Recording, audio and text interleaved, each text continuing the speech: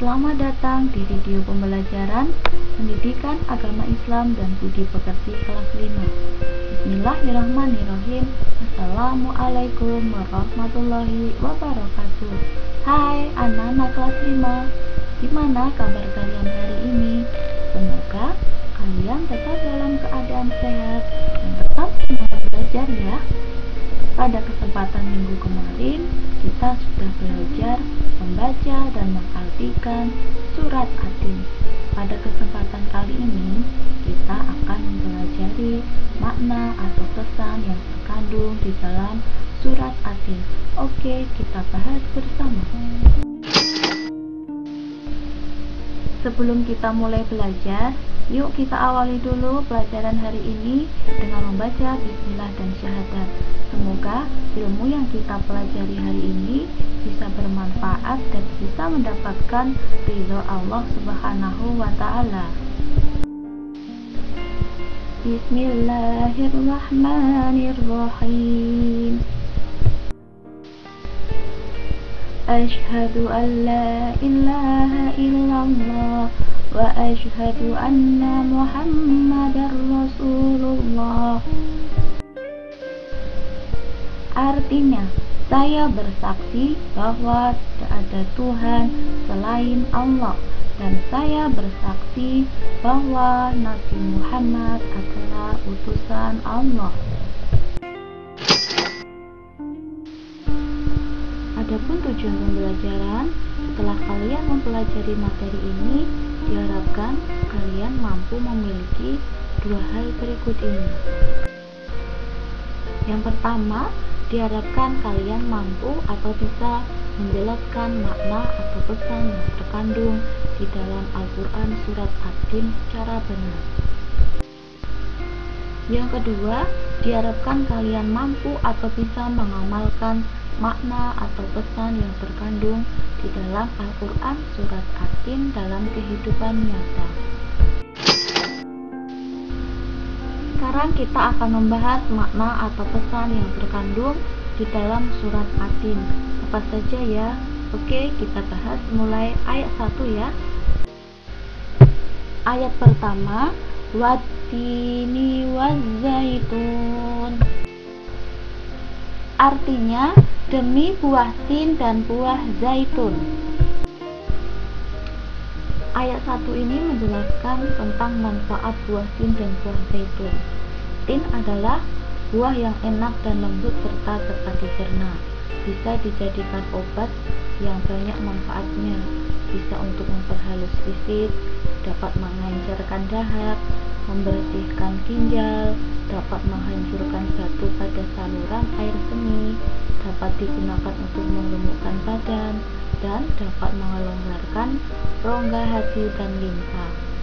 Zaitun adalah buah yang memiliki keistimewaan karena kandungan minyaknya yang berlimpah sehingga dapat dipergunakan di daerah yang kurang memiliki minyak, dan buah zaitun juga dapat dikonsumsi sebagai obat.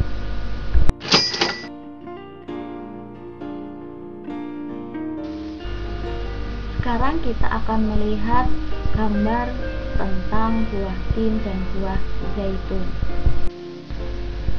Gambar pertama ini adalah gambar buah tin beserta pohonnya. Gambar yang kedua ini adalah gambar buah zaitun. Buah zaitun ini dalam hal kesehatan bisa dijadikan sebagai obat. Kemudian hal kecantikan, minyaknya bisa dioleskan ke wajah supaya kulit wajah bisa menjadi halus dan kenyal. Selain itu juga bisa dibuat untuk hand body lotion, kemudian lulur mandi, sabun, atau lain sebagainya. Jadi buah zaitun itu banyak mengandung manfaat baik dalam bidang kesehatan maupun bidang kecantikan. Ayat kedua, watturi sinin. Artinya, dan demi gunung Sinai. Ayat 2 ini menjelaskan tentang gunung Sinai. Gunung Sinai terletak di semenanjung Sinai. Di di lintasan antara tanah Mesir ke Israel, Arab dan Mesopotamia. Gunung ini memiliki tinggi 2.285 meter dan gunung ini dikenal dengan nama Jabal Musa atau Gunung Nabi Musa karena di tempat ini Nabi Musa menerima wahyu yang pertama dan diangkat menjadi rasul.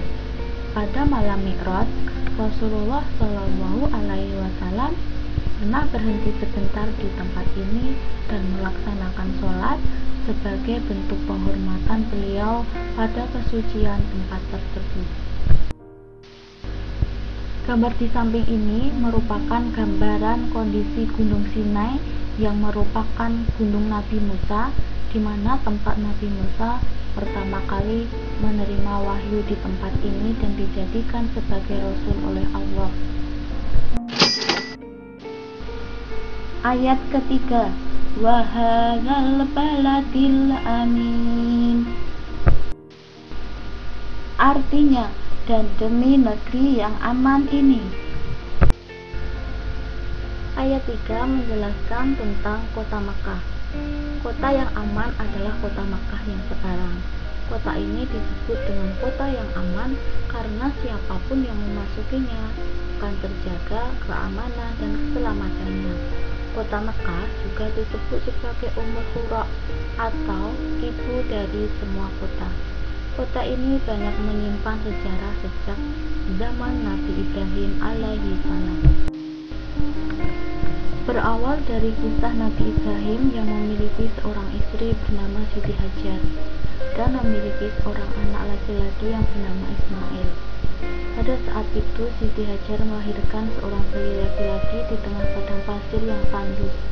Beliau dan bayinya merasa kehausan, kemudian beliau lari-lari kecil 7 kali dari bukit Sofa ke Marwah, tetapi tidak menemukan air. Dan akhirnya dia hampir putus asa dan kembali menghampiri putranya. Atas kehendak Allah, terjadilah suatu keajaiban. Bayi laki-laki tersebut menghentakkan kakinya ke tanah dan muncullah sebuah mata air.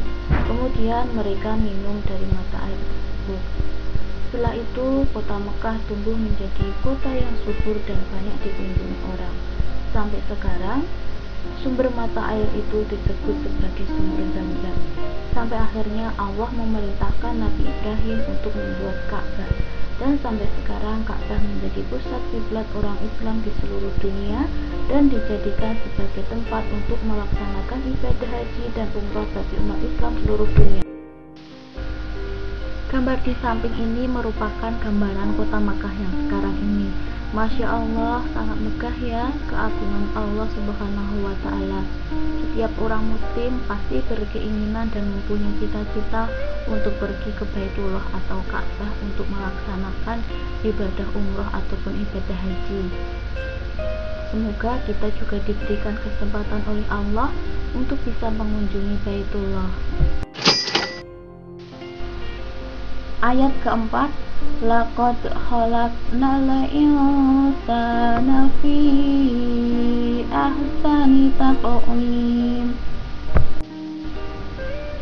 Artinya, sesungguhnya kami telah menciptakan manusia dalam bentuk yang sebaik-baiknya.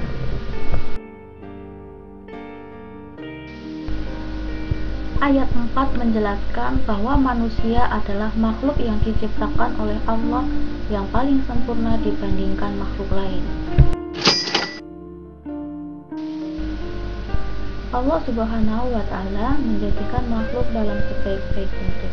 Proses kejadian manusia tidak sama dengan kejadian makhluk lain. Manusia memiliki akal, jasmani, rohani, dan nafsu. Anggota tubuh manusia serasi dan seimbang sehingga tampak indah, cantik, dan memudahkan untuk melakukan berbagai kegiatan. Selain rohani, manusia juga dibekali dengan akal pikiran supaya dapat membedakan yang baik dan buruk. Sedangkan hewan hanya memiliki jasmani dan nafsu saja, sehingga manusia harus mampu menjaga keseimbangan yang dimilikinya supaya menjadi manusia yang sempurna. Apabila manusia hanya mengutamakan nafsunya, maka dia akan diturunkan derajatnya seperti hewan. Ayat kelima, "Tsumma radadnahu asfala safilin." Artinya, kemudian kami mengembalikannya ke tingkat yang serendah-rendahnya. Ayat 5 menjelaskan bahwa Allah akan menempatkan manusia ke tempat yang paling hina, yaitu neraka, jika tidak mau beriman dan beramal soleh kepada Allah Subhanahu wa Ta'ala.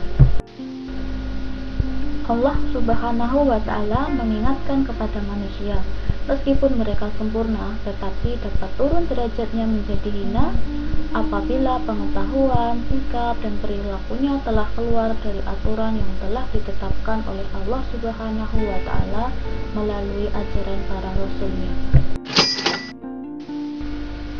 Ayat ke-6, "Illalladzina amanu wa 'amilus solihati falahum ajrun ghairu mamnun."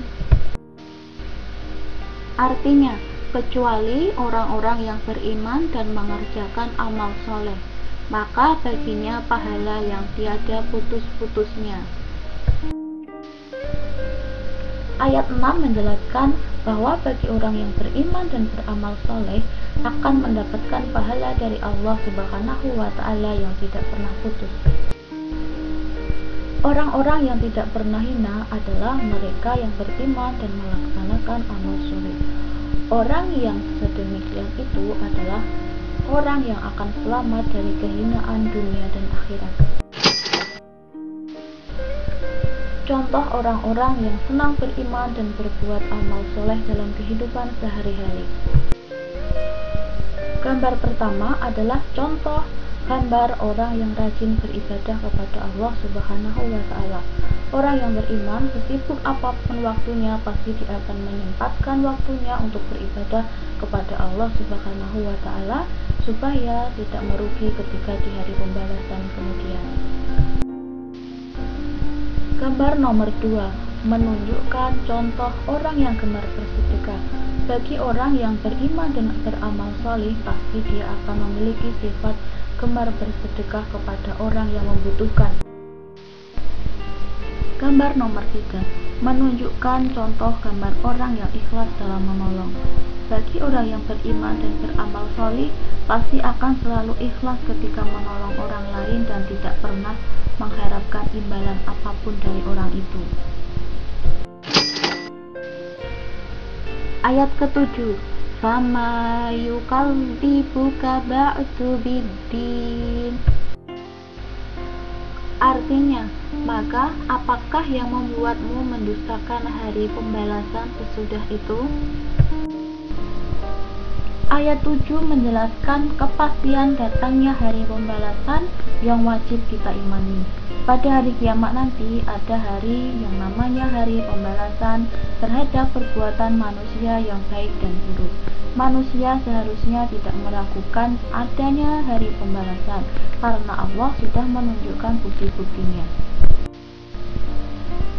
Allah memberikan akal kepada manusia untuk berpikir tentang ciptaannya dan hati untuk merasakan iman. Allah mengingatkan kepada manusia bahwa hari kiamat pasti terjadi agar manusia tidak lupa dan lalai sehingga terjerumus dalam dosa dan kehinaan. Gambar ini menunjukkan bahwa Allah menciptakan bumi tempat kita hidup sekarang ini selalu berputar pada porosnya setiap 24 jam, sehingga terjadilah pergantian siang dan malam. Allah menciptakan bumi beserta planet lain, yaitu selalu berdampingan sampai saat ini belum pernah ada yang bertabrakan, sehingga manusia dan alam semesta masih hidup dengan damai karena Allah belum menghendaki terjadinya suatu hari kiamat. Gambar ini menunjukkan salah satu contoh bencana yang terjadi di bumi, yaitu adanya meteor yang jatuh ke laut kemudian menyebabkan bencana yang dahsyat. Ini hanya salah satu contoh bencana yang terjadi sebagai tanda kiamat kecil atau kiamat sugro. Sedangkan besok jika terjadi hari kiamat besar atau kiamat kubro, maka akan terjadi banyak bencana sehingga menghancurkan alam semesta. Maka untuk mempersiapkan hari pembalasan setelah datangnya hari kiamat, kita harus selalu beriman dan beramal soleh supaya kita tidak merugi di hari kiamat dan hari pembalasan.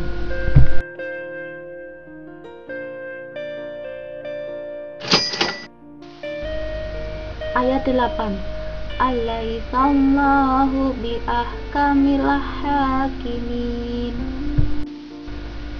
Artinya, bukankah Allah Subhanahu wa ta'ala adalah hakim yang paling adil? Ayat 8 menjelaskan bahwa Allah adalah hakim yang paling adil. Allah Subhanahu wa ta'ala Maha mengetahui, sebagus-bagus pencipta dan pengatur segala urusan. Allah yang memberi keputusan atas segala persoalan.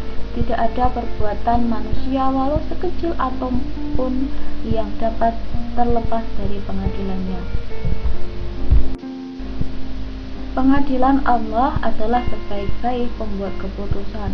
Allah Subhanahu wa ta'ala Maha pengasih kepada hambanya. Ia senantiasa mengingatkan agar manusia tidak lupa diri. Jika ternyata manusia masih melakukan dosa, maka karena keadilannya, manusia akan menanggung akibat dan pembalasan atas dosa tersebut. Allah Subhanahu wa ta'ala juga telah menyiapkan kenikmatan bagi orang yang menjalankan syariatnya. Maka kita harus selalu beramal soleh dan beriman kepada Allah, supaya kita tidak menjadi orang yang hina dan ditempatkan di neraka ketika di hari pembalasan. Setelah tadi kita sudah membahas makna atau pesan yang terkandung di dalam surat At-Tin secara per ayat mulai ayat 1 sampai ayat 8, maka kita bisa mengambil kesimpulan sebagai berikut isi kandungan surat At-Tin. Yang pertama, buah tin dan buah zaitun memiliki banyak manfaat untuk kesehatan. Yang kedua, Gunung Sinai dan Mekah merupakan tempat yang bersejarah bagi umat Islam. Yang ketiga, manusia adalah makhluk yang diciptakan oleh Allah paling sempurna dibandingkan makhluk lain karena diberikan akal dan pikiran sehingga bisa membedakan mana perbuatan baik dan perbuatan buruk. Yang keempat, Allah akan menempatkan manusia ke tempat yang paling hina, yaitu neraka jika tidak mau beriman dan beramal soleh kepada Allah. Yang kelima, bagi orang yang beriman dan beramal soleh, maka akan mendapatkan pahala dari Allah Subhanahu wa ta'ala yang tidak pernah putus.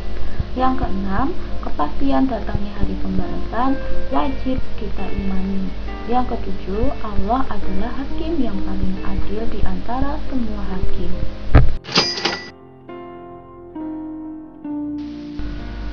Nah, itulah tadi makna atau pesan yang terkandung di dalam surat At-Tin. Semoga setelah mempelajari materi ini, kalian bisa mengamalkannya dalam kehidupan sehari-hari. Semoga kalian selalu memiliki semangat untuk beriman dan beramal soleh, sehingga pada hari pembalasan nanti tidak akan menjadi orang yang hina dan orang yang rugi ditempatkan di neraka, tetapi akan menjadi orang yang beruntung dan akan mendapatkan pahala yang tidak akan pernah putus-putusnya. Amin ya rabbal alamin. Sebelum kita mengakhiri pelajaran hari ini, marilah kita akhiri dulu dengan membaca Alhamdulillahirabbil alamin. Semoga ilmu yang kita pelajari hari ini bisa bermanfaat untuk diri kita dan untuk orang lain, dan semoga bisa mendapatkan ridho Allah Subhanahu wa ta'ala. Terima kasih, sampai jumpa di video pembelajaran selanjutnya. Wassalamualaikum warahmatullahi wabarakatuh.